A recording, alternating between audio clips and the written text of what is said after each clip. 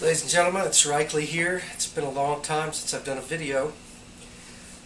I wanted to use this moment to document and explain my keyboard setup that I'm using to get a very authentic Hammond B-3 emulation.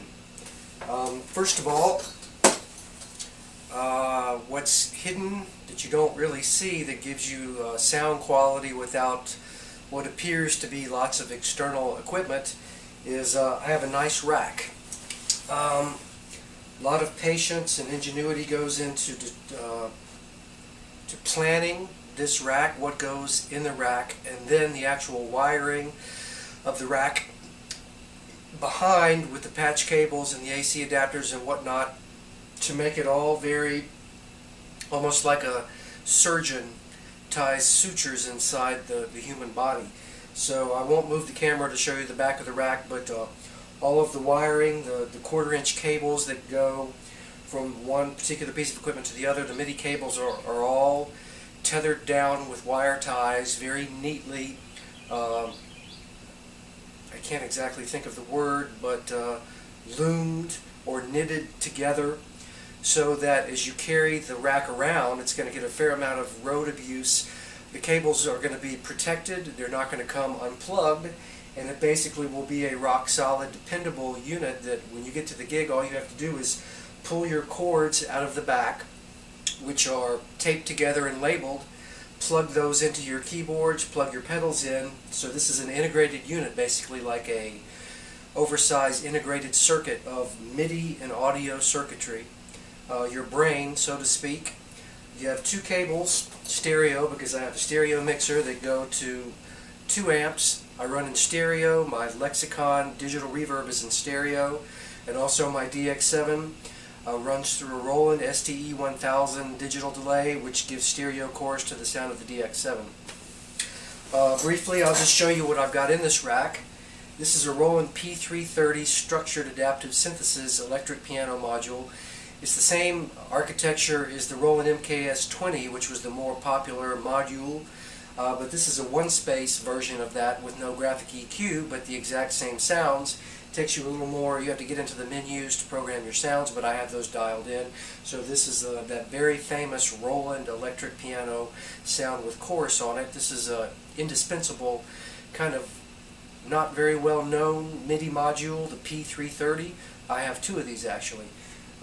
Here's the Roland STE 1000 digital delay that I use for stereo chorus for the DX7. This is also a very kind of unknown piece of sleeper equipment. It's a PV-LM8 line mixer. I have 8 stereo inputs, 2 stereo outputs, and 1 stereo effect synth, all in one rack space. This is a great keyboard mixer. You don't need, it doesn't take up very much space. I have the SG Rack Korg sample piano module, which in my opinion, maybe next to the Kurzweil, is the best, most musical, warm-sounding acoustic piano sample. That's the Korg SG Rack. I have a JL Cape Cooper MSB Rev 2. This is a MIDI patch bay. I'll explain that in a minute, and then this is my Lexicon LX-P5 digital reverb. This reverb unit and the stereo chorus go a long way to give you that studio sound live. On top of all of that sits the Oberheim OB3 squared Hammond emulation MIDI module. I have it here. You have one set of drawbars like the Hammond organ. I have built-in stereo Leslie effect, so that's another important reason to run stereo. Roland Keyboard Cube 60. An Ampeg B-3 bi-amped bass amp with a 15-inch on the bottom and 8-inch on the top. You can adjust the balance between the two. That gives me the low end when I use left-hand bass on this organ module. The trick here was to, as authentically as possible, emulate playing the Hammond B-3. The Hammond B-3 organ obviously has 2 manuals. So that's the number 1 consideration here. These are both 5-octave, unweighted keys, not like a digital piano that you can't play fast organ-type passages. You really need unweighted keys like the Hammond. The Hammond had square waterfall keys, which is unique, and it would be nice to have that. But as long as your keys are unweighted and the key contacts are quick and responsive, which they are, on the DX7 and also on this Korg DS8. Although these don't look like much, these are excellent controllers. Very light, 5 octaves top, 5 octave bottom. There I have my Hammond top manual, my Hammond bottom manual. And the trick here is how to get 3 different manuals out of this particular setup. A Hammond B-3, you would normally have a full set of bass pedals down here. I used to have a 1 octave set of Roland PK5 bass pedals, but didn't play that many gigs where it was practical to use those. I would rather have full-size bass pedals. So anyway, what I do here, like you do on the regular Hammond B3, is you kick bass with your left hand.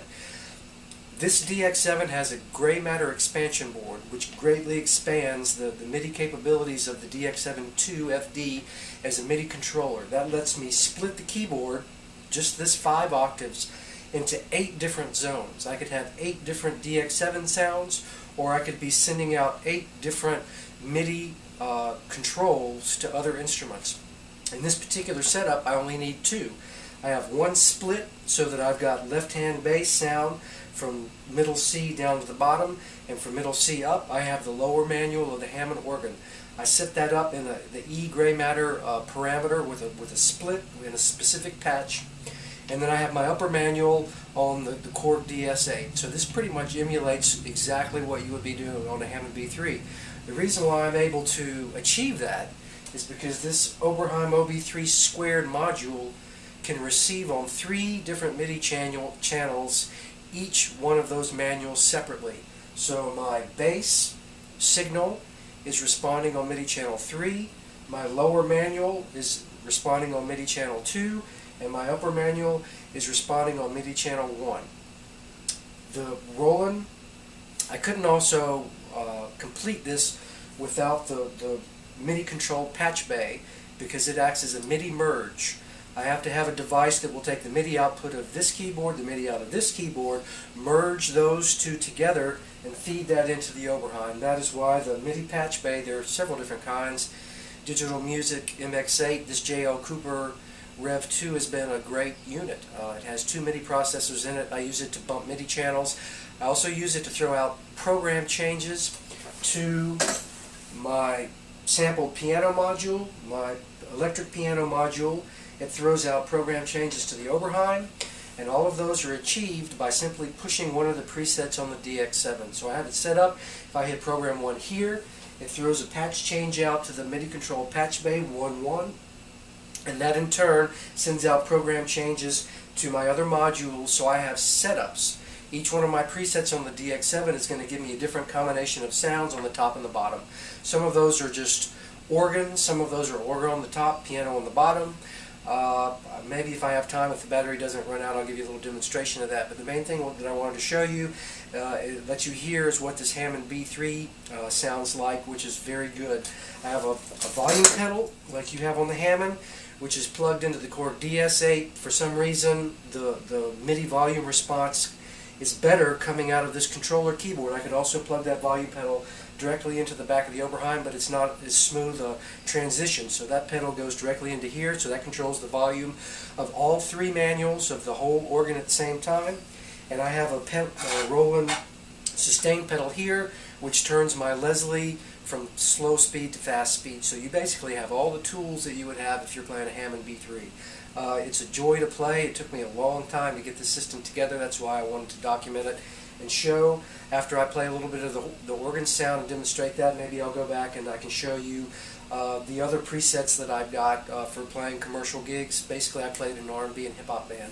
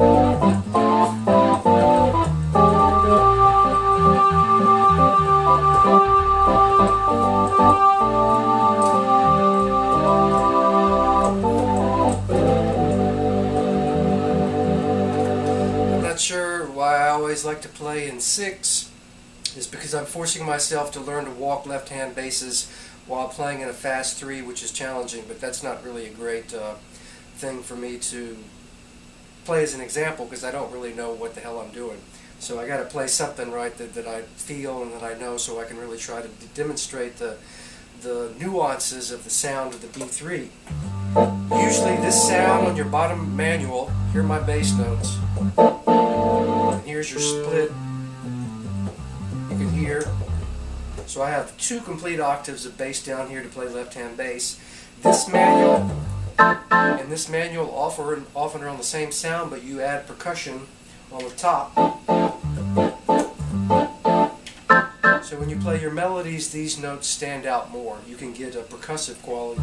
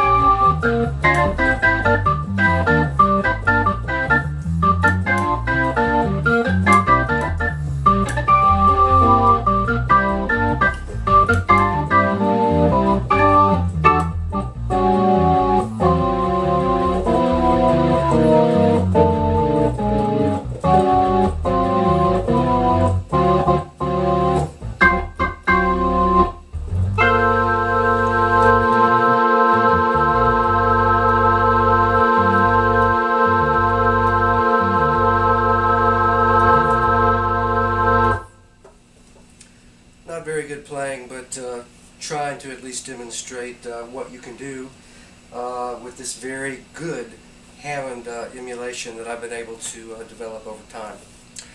That's my story, and I'm sticking to it, and I hope you learned something about replicating the beautiful sound of the Hammond B-3 with a little ingenuity and some old school keyboard equipment and some dedication and hard work. It's joy to play the Hammond B-3. Paul Reichle III, peace out.